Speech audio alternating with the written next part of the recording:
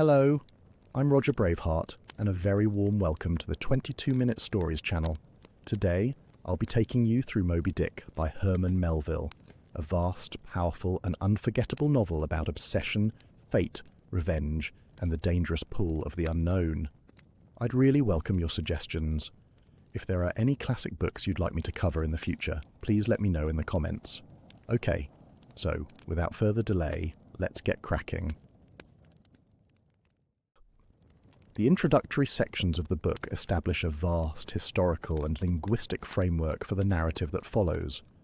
The etymology section, supplied by a late consumptive usher, explores the linguistic roots of the word whale across various ancient and modern languages, highlighting its connection to concepts of roundness, rolling, and vaulting.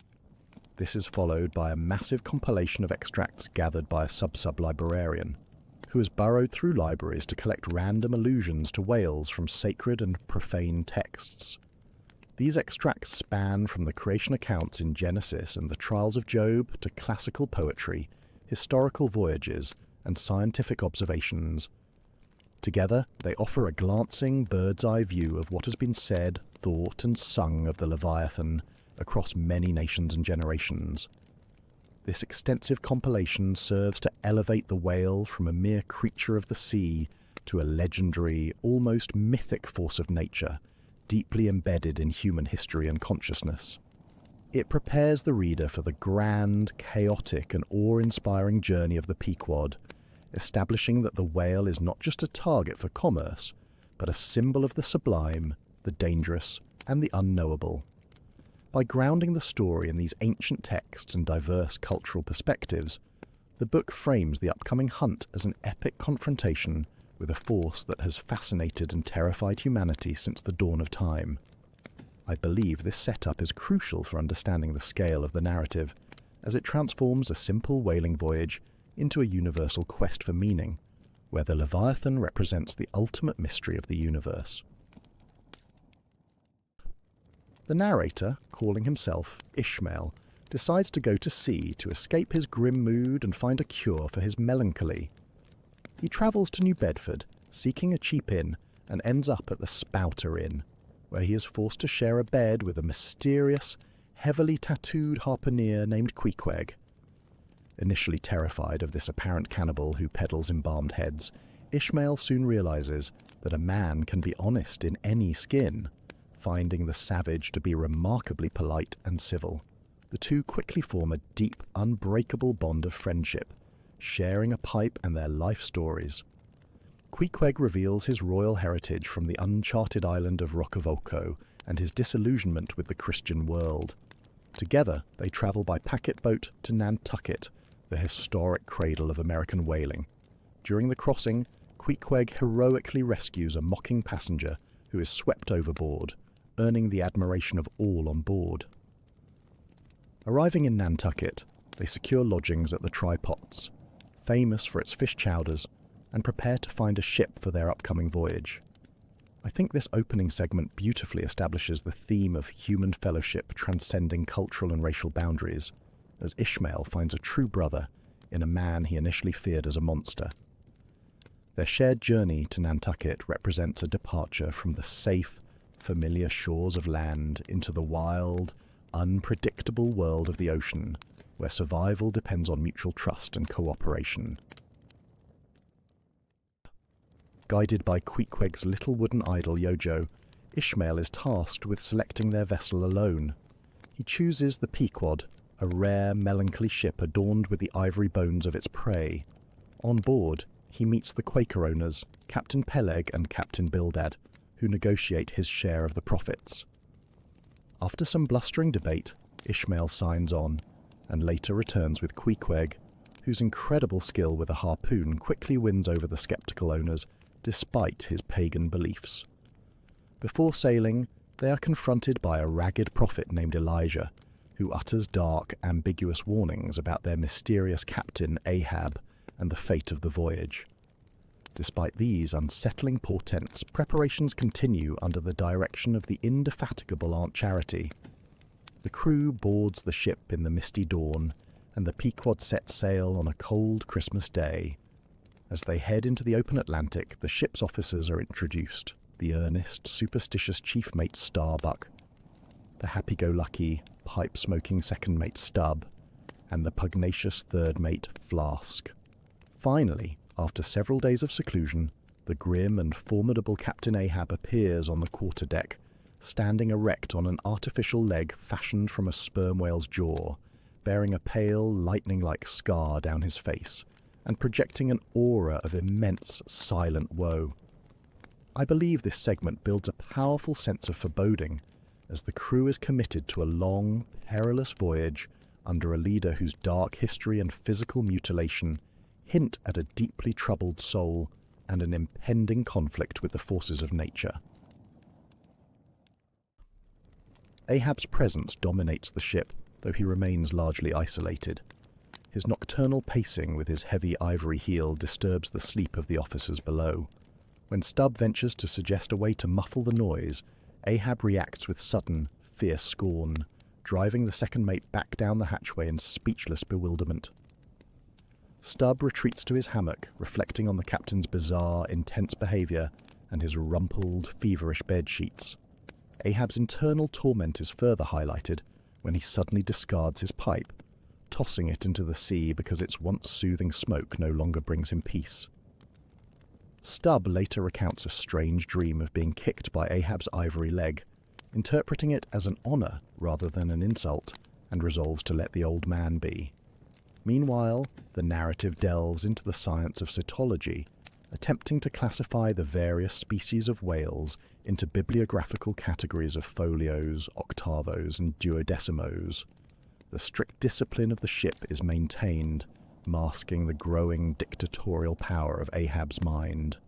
At dinner, the cabin table is a scene of solemn, silent tension, where the mates eat in deferential awe of their commander, contrasted sharply with the chaotic democratic feast of the harpooneers who dine afterward.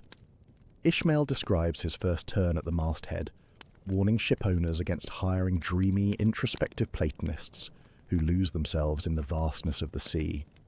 Finally, Ahab summons the entire crew to the quarterdeck, initiating a dramatic confrontation that will alter the course of their voyage. I think this section masterfully contrasts the rigid hierarchical order of the ship with the chaotic, untamed thoughts of its captain. Ishmael explains his own dread and the history of Moby Dick, detailing the terrifying rumours of the whale's ubiquity, immortality, and calculated malice, as well as how Ahab lost his leg to the beast. He reflects deeply on the mystical horror of the whale's whiteness, which, despite positive associations, heightens terror. Meanwhile, Archie hears mysterious noises beneath the hatches, hinting at hidden stowaways. Ahab studies his charts nightly, calculating currents and the season on the line to track his prey, while keeping the crew focused on regular whaling to prevent mutiny.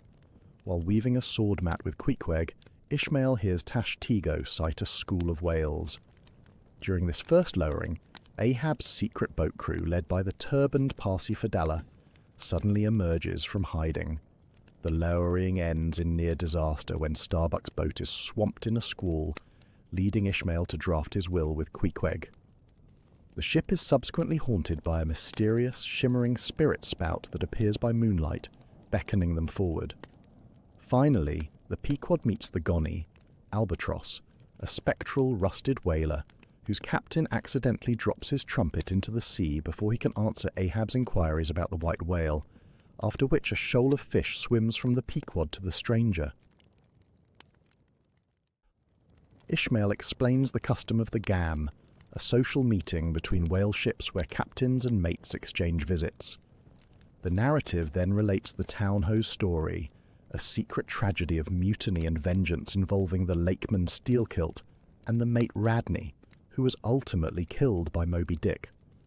Ishmael discusses the inaccuracies of historical and scientific pictures of whales, contrasting them with more accurate depictions and scrimshander carvings. He describes the vast meadows of yellow brit upon which right whales feed, and the subsequent sighting of a giant white squid, which Starbuck views as an evil omen. After detailing the construction and extreme danger of the whale line, Ishmael describes Stubb successfully hunting and killing a massive sperm whale. As the carcass is towed to the ship, Stubb demands a steak from its tail, eating his supper by the light of lanterns, while thousands of sharks swarm the water, tearing at the moored whale. Stubb forces the old black cook Fleece to preach a sermon of moderation to the ravenous sharks, before teasing him about his cooking. Ishmael reflects on the historical and philosophical aspects of eating whale meat, comparing the civilized gourmand's habits to those of cannibals. Finally, during the night, Queequeg and a seaman engage in a shark massacre, using whaling spades to kill the swarming predators, during which Queequeg is nearly bitten by a dead shark's jaw.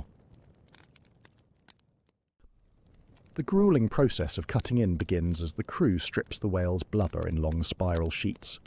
Queequeg descends onto the slippery carcass, secured only by a monkey rope tied to Ishmael's belt, creating a perilous metaphysical bond between the two friends as they dodge both the sharp spades of their shipmates and the snapping jaws of swarming sharks.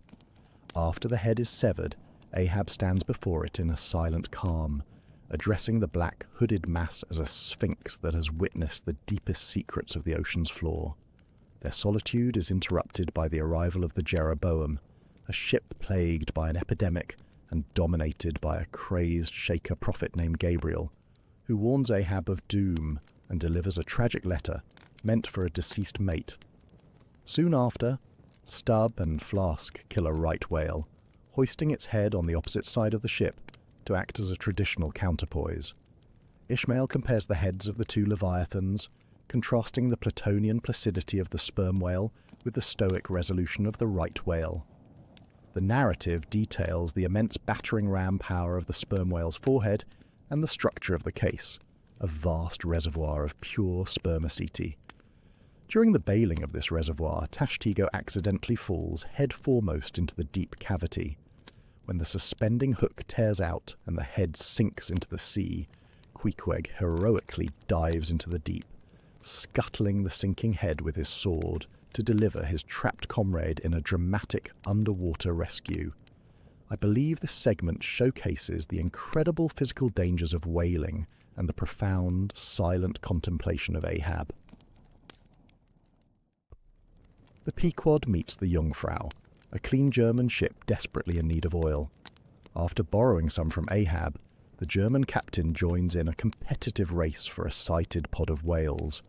The Pequod's boats overtake the Germans, targeting a massive, decrepit old bull. Despite the whale's desperate flight, the harpooneers secure their lines, and the exhausted beast is finally slain, though its carcass threatens to sink the ship before it can be secured. Ishmael defends the honour and antiquity of whaling, linking it to heroes like Perseus, St. George, and Hercules.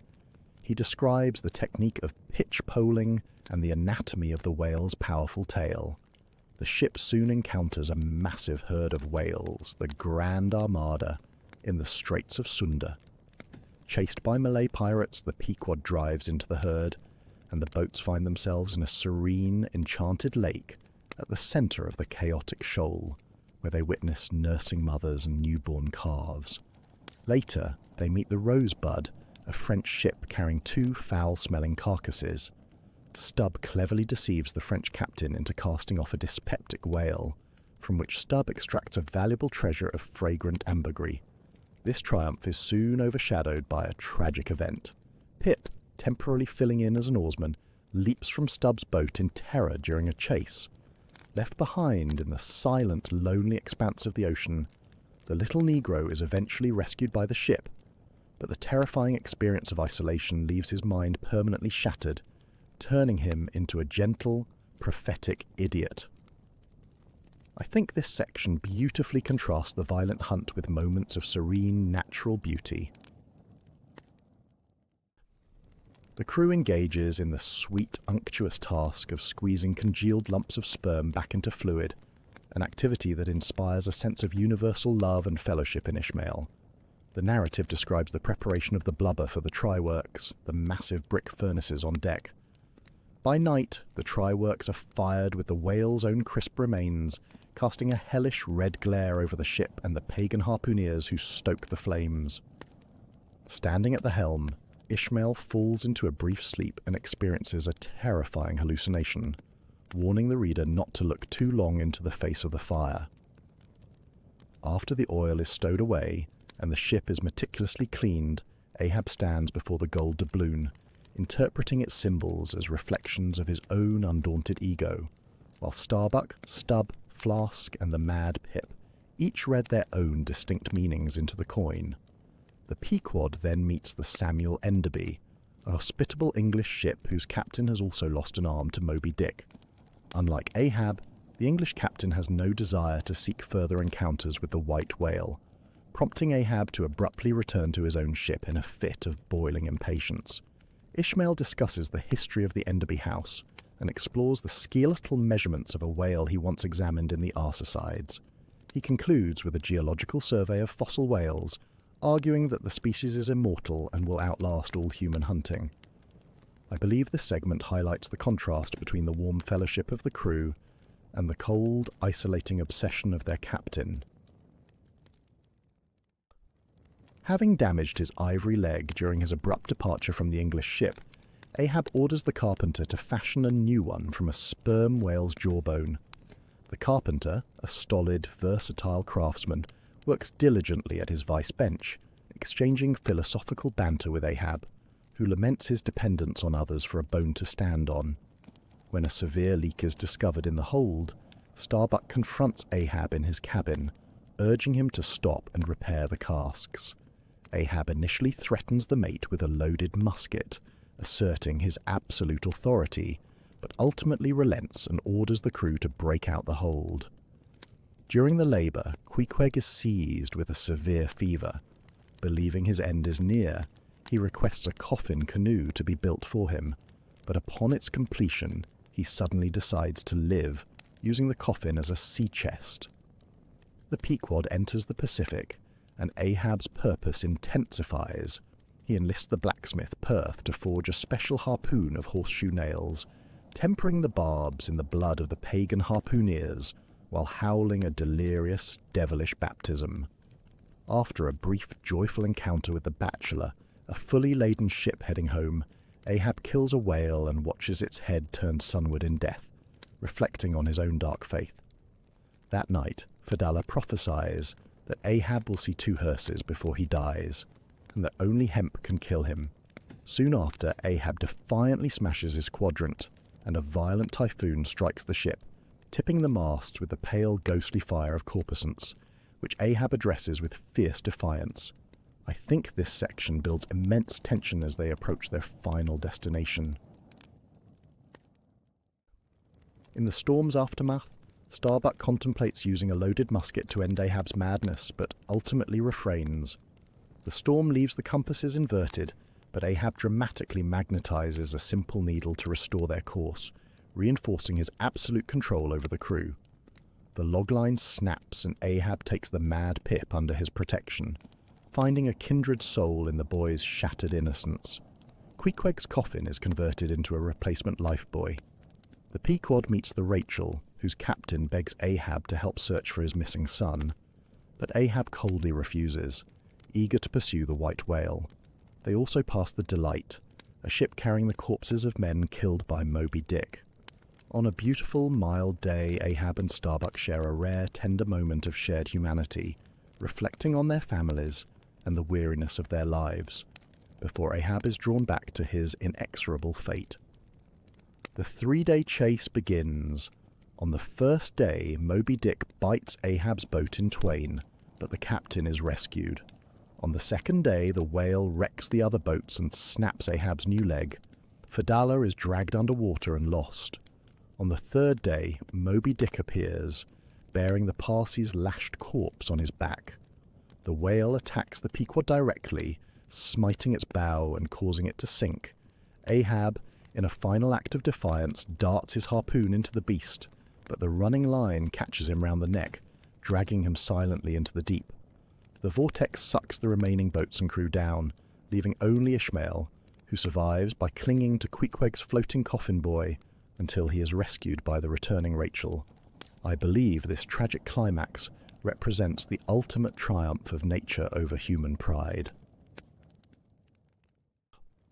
I believe that, through this monumental narrative, the book suggests a profound warning about the destructive nature of unchecked obsession and the limits of human defiance against the natural world.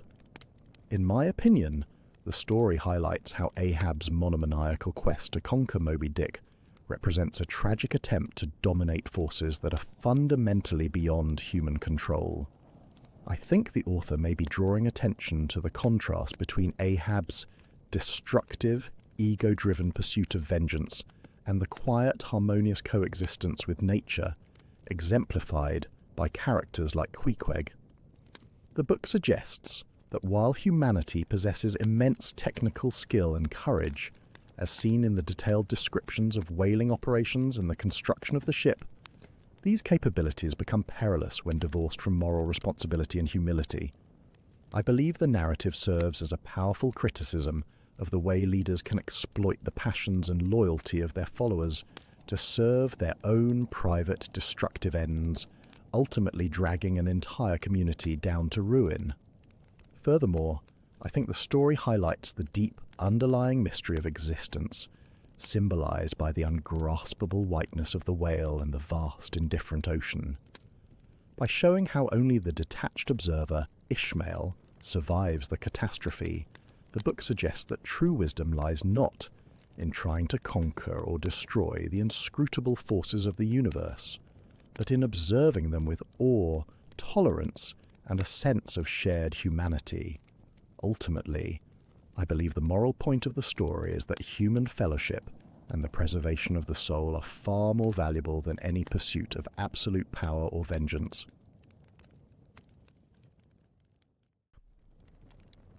Thank you for staying till the end. You obviously are a glutton for punishment.